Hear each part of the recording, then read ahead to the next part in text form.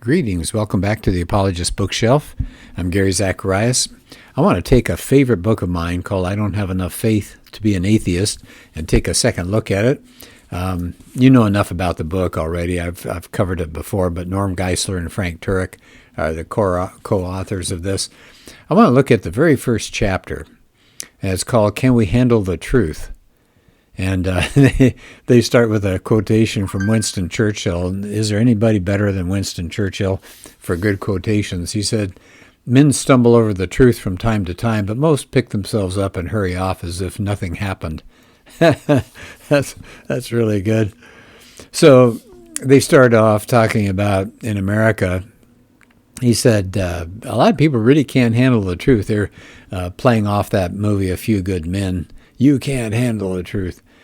So they said, we demand truth in so many areas of our lives. We want loved ones to tell us the truth. We want doctors to tell us the truth, stockbrokers, courts, employers. But they said, despite this, let's have truth. We need to know the truth. They said, the minute you get into morality or religion, people just throw their hands up. Oh, that anything can be true there. It's just up to you. And they said basically a lot of people don't really want to know about morality or religious doctrines. They've got volitional issues. They don't want to have to bend the knee to any kind of set of beliefs. So anyway, they started and they said they're going to talk about 4 questions in this chapter. What is truth? Can truth be known? Can truths about God be known? And so what? Who cares about truth? So we're not going to get to all of those for this chapter. They cover a couple of chapters to get through it all. But here's question number 1. What is truth? And they make it very simple. They said truth is telling it like it is. Or a fancier way of putting it may be that which corresponds to its object. So if you say, that's a white car, and people look over there and it's a white car, the statement corresponded to that object. So they said the problem is, truth is different than what public schools are telling kids these days. They say truth is not relative, it's absolute. If something's true, it's true for all people. Think about that car again. A white car is white for everybody. So it's true for all people at all times and all places. And they said all truth claims are narrow. They're absolute. They're exclusive. And so they said, they tell another story here. Geisler one time was debating a person who was not a Christian. And he had actually read Geisler's book called Christian Apologetics, and he waved it to the crowd and said, "These Christians are so narrow-minded. I read Dr. Geisler's book. Do you know what he believes? He believes Christianity is true and everything opposed to it is false. Boy, these Christians are sure narrow-minded people." Well, Geisler had a book in front of him that the other person had written, and said when it was his turn to speak, Geisler held up this other person's book, said, "These humanists sure are narrow-minded. I read his book. You know what he believes? He believes humanism is true and everybody that opposes it is wrong. It's false. Humanists sure are narrow-minded." Of course, everybody laughed. So humanist truth claims, or we might say atheist truth claims, or somebody from a different religious background, they're just as narrow-minded as Christian truth claims. I've always wondered that. Why are Christians called narrow-minded when somebody who's calling you narrow-minded has a narrow-minded view of truth as well? Isn't that strange? Pretty ironic. So they said truth is discovered. It's not invented. It's transcultural. It's true for everybody everywhere. So 2 + 2 is 4 for everybody. Truth is unchanging. Now, our beliefs, they say, could change about truth. Beliefs can't change a fact. You can sincerely believe the world is flat, but that just makes the person sincerely mistaken. So beliefs don't change a fact. Truth isn't affected by the attitude of somebody professing it. So you can have a really obnoxious person, and they may actually say something that's true. And all truths are absolute truths. Every truth that appears to be relative are actually absolute. So anyway, so that seems pretty obvious. And they said, here's the thing you want to get to. Here's the way you want to interact with people. They said, if we could just pick one thinking ability as the most valuable that we've learned over all their years of education, Turek and Geisler said, this is it. How to identify and refute self-defeating statements. Now, what do they mean by that? Well, they give an example. One of the two, and I don't remember who it was, I think it was Turek, was listening to a radio show, and somebody called in and said, "Jerry, there's no such thing as truth." And Frank Turek said he tried to dial in. He wanted to get on and say, "Hey, look, this guy said there's no such thing as truth. Is that true?" He said he would have loved to have gotten through to that guy, but he wasn't able to. So what is a self-defeating statement? One that fails to meet its own standard. So here's an example. If somebody says to you, "I can't speak a word in English," you would say, wait, that statement's got to be false. You just uttered it in English. And they said, we hear these all the time in our postmodern culture. Somebody will say things like, something like, "All truth is relative." But do you notice that statement says all truth? That's not a relative statement. That says it's all inclusive. Or they may say there are no absolutes. Well, that was an absolute statement. So you can turn a self-defeating statement on itself, then you show that it's actual nonsense. So you want to show people that these statements actually crash and burn in front of you. So if somebody says all truth is relative, you say, is that a relative truth? Somebody says there are no absolutes. Are you absolutely sure? Somebody says it's true for you, but not for me. But is that statement true just for you, or is it true for everyone? So they said, yeah, try saying that it's true for you, but not for me. So try saying that to your bank teller or the police or the IRS and see how far you get. Those are self-defeating statements. And they said, if somebody still blindly follows those and says those, then here are a few questions. If there really is no truth, then why would you try to learn anything in college? Why should any student listen to any professor? Because, after all, the professor doesn't have the truth, just has a truth for him or her. What's the point of going to school and paying for it? Ideas have consequences, they said. Good ideas have good consequences. Bad ideas have bad consequences.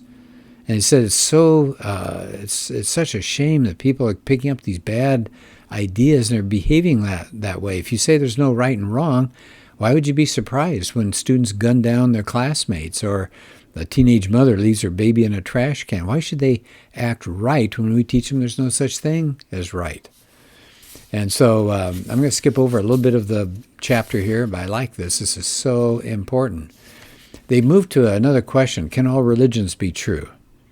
So they said, you hear all the time people saying, well, all religions are true. They're all paths to God. They said, but even church pastors sometimes get puzzled by this. And so religious beliefs can't all be true because they're contradictory. They teach opposites. So, for example, what do conservative Christians believe? Well, if you haven't accepted Christ, then you're heading for hell. That's going to be your ultimate destination. How about Muslims? They say the same thing about non-Muslims. They're not going to head to their version of heaven. And what do Hindus believe? Well, something different than that everybody's caught up in a cycle of reincarnation based on works. You can't do all three of those things when you die. In fact, they point out world religions really have more contradictory beliefs than complementary ones. So they have far more differences. They disagree about things like the nature of God, the nature of man, sin, salvation, heaven, hell, creation. Wow, those are big. Those are huge.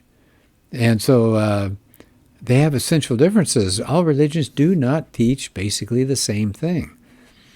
Now, we get into another section of the chapter here, truth versus tolerance.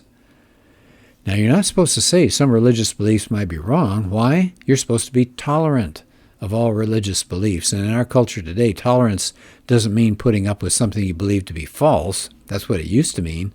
Hey, I don't buy what you're saying, but I'll allow you to say it, and I'll certainly fight for your right to say that. But now, what do we have? Tolerance means you're supposed to accept every belief as true. Every belief. We hear that with religious pluralism, the idea that all religions are true. But there are a lot of problems with this new definition of tolerance. They said, think about that. These mutually exclusive religious beliefs can't all be true, so it's dangerous to do that. It's dangerous to your eternal destiny because you may get something wrong there. Here's another problem with this idea of this new definition of tolerance. If you say you ought not question someone's religious beliefs, that is a religious belief. That's a religious belief for pluralists. But that's exclusive and that's intolerant. That's just as intolerant as any religious belief of a Christian or a Muslim. Here's a third problem. The prohibition against questioning religious beliefs is also an absolute moral position. Why shouldn't we question religious beliefs? Is that immoral? Well, who came up with that standard of immorality there? Fourth, the Bible commands Christians to question religious beliefs. And they give some examples in Deuteronomy 13, 1 through 5, 1 John 4, 1, Galatians 1, 8, 2 Corinthians 11, 13, and so on. So Christians have a belief that they ought to question religious beliefs, then pluralists should accept this. Oh, well, that's right. We are inclusive. We accept all religious beliefs, but they don't. So these pluralists are not so tolerant after all, are they? They only tolerate, as Geisler and Turek point out, they only tolerate people that already agree with them. That's not tolerance. Here's another problem with this tolerance game. It's a derivative of false cultural prohibition against making judgments. And the prohibition against judging is false because it fails to meet its own standard. You ought not judge. So if somebody says to you, hey, you Christians, you shouldn't be judging, what did that person just do? They judged you. And then they may say, well, look at Matthew 7. That's where Jesus said, you're not supposed to judge. Yeah, Jesus said, right, you're not supposed to judge, but you're not supposed to judge hypocritically. That's a very different kind of thing. And then finally, here's another problem with this tolerance issue. Are pluralists going to accept as true religious beliefs of anybody? How about Muslim terrorists? That all non-Muslims should be killed? Is that okay? Are you ready to accept, if you're a religious pluralist, you're going to accept religious beliefs of people who go for child sacrifice or other heinous crimes? No, of course not. And then at the end of the chapter, they say, be ready for the elephant parable, the blind men and the elephant. So you may have heard of this. An elephant's being examined by 6 blind men, and each feels a different part of the elephant, and they come up with a different conclusion. One grabs the tusk and says, oh, this is a spear. Another says, no.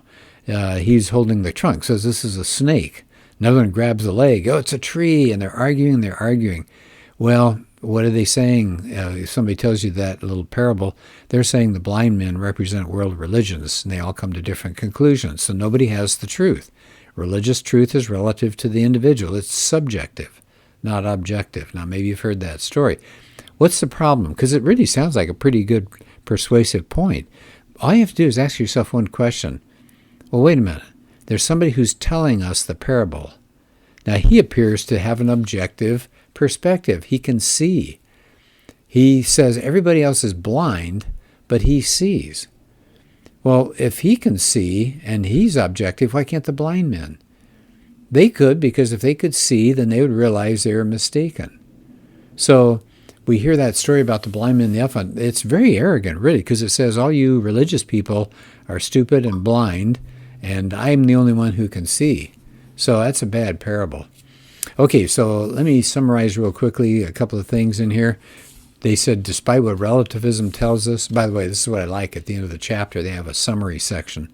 So summarizing quickly here, despite the relativism that's all over the place, truth is absolute, exclusive, and knowable. If you deny truth, that's self-defeating. You might want to think about things like if you hear somebody say there is no truth, you can question that. That's self-defeating because that makes a truth claim. All truth is relative. Oh, really? Is that a relative truth? Now, they said truth is not dependent on our feelings. Something is true whether we like it or not. And major world religions don't teach the same thing. And since all religions can't be true, their last point, the last part of the summary, we can't subscribe to that new definition of tolerance. It demands we accept that idea that all religious beliefs are true. Sure, we should respect the beliefs of others, no doubt. But we should lovingly tell them the truth. I mean, think about it. If you really do love people, you tell them the truth because it may have eternal consequences. All right, so that's kind of a barreling through and a high-speed chase through one of the chapters, but I'm going to come back to this book again and again. I don't have enough faith to be an atheist. This is just one of those books that really ought to be on your bookshelf. It's wonderful. All right, well, thanks for listening. Let's do another podcast soon.